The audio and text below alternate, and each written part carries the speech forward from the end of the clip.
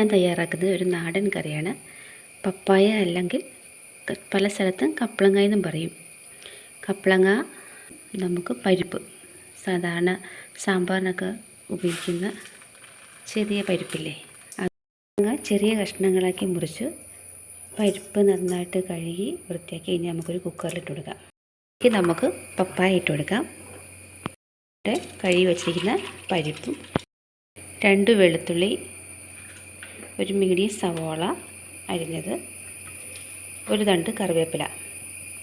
ഇത് വേകാനുള്ള ആവശ്യത്തിനുള്ള വെള്ളവും നമുക്ക് ഒഴിച്ചു കൊടുക്കാം.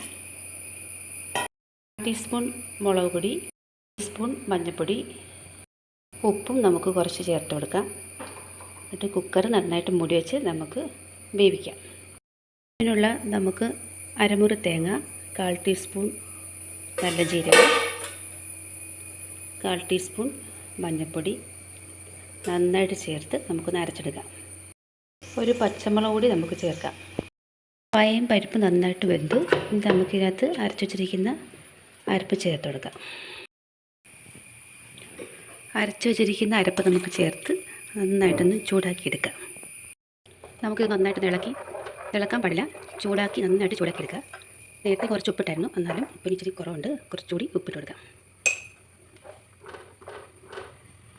കറി നന്നായിട്ട് തിളച്ച് ചൂടായിട്ടുണ്ട്. ഇനി നമുക്കതിനകത്തേക്ക് കടുക് താളിച്ചൊഴിക്കാം. ആവശ്യത്തിനുള്ള എണ്ണ, സ്പൂൺ കടുക് കൂട്ടി നമുക്ക് ചെറിയ ഉള്ളി ഇട്ട് കൊടുക്കാം. മുളക്, കുറച്ച് കറിവേപ്പില,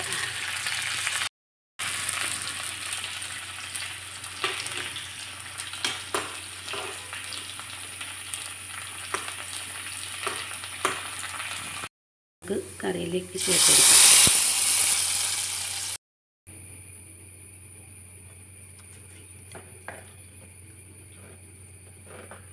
എൻ്റെ ചാനൽ ഇഷ്ടപ്പെടുകയാണെങ്കിൽ ലൈക്ക് ചെയ്യുക, സബ്സ്ക്രൈബ് ചെയ്യുക, ഷെയർ ചെയ്യുക, സപ്പോർട്ട് ചെയ്യുക. Thank you.